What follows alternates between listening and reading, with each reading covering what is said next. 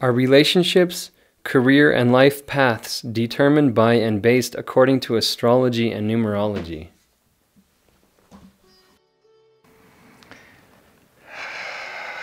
No. You know, some people get very hung up that the numerology must be right and the astrology must be right, or you shouldn't do something. And they check with the charts, they compute the numbers. It's the human desire to find out what you do not know, to what's going to happen to me. Is my marriage going to be successful? Will I be successful in business? Will I find happiness in my life? Let's do the astrology and find it out. It is said that the stars impel, but they do not compel. So all of these different systems, astrology, numerology, what do they call it, where you're the oromancy, oracle, reading the tea leaves, tarot cards, all these things. They're all just lenses to look at the moment. Because in each moment, everything that's happening is connected to everything else that's happening. This moment exists, and it's the only thing that exists. The past doesn't exist, and the future doesn't exist. So anything that claims to be able to tell you what's going to happen in the future, or what's auspicious, or this or that, all it is a snapshot of that moment. So the best way to know the future is to create it. How do you create it? You be present in this moment with all of your values and your caliber and your grace and who you are, and you act consciously in this moment.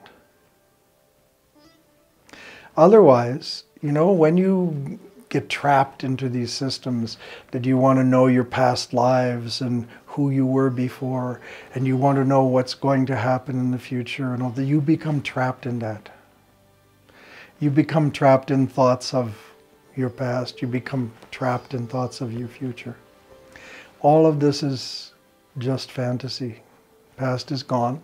Future hasn't happened yet. Why not spend your time here and now?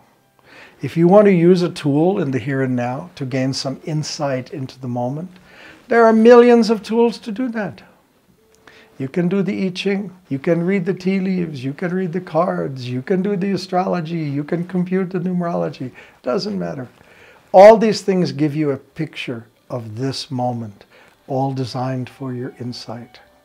But some of them you have to be read through someone, right?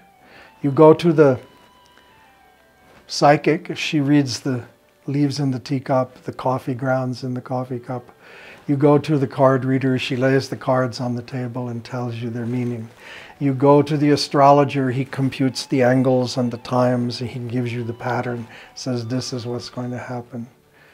You do the numerology, you go to the numerologist, he adds up the numbers, he tells you this is the pattern, this is what's going to happen. The only one that doesn't have an interpreter is the Guru.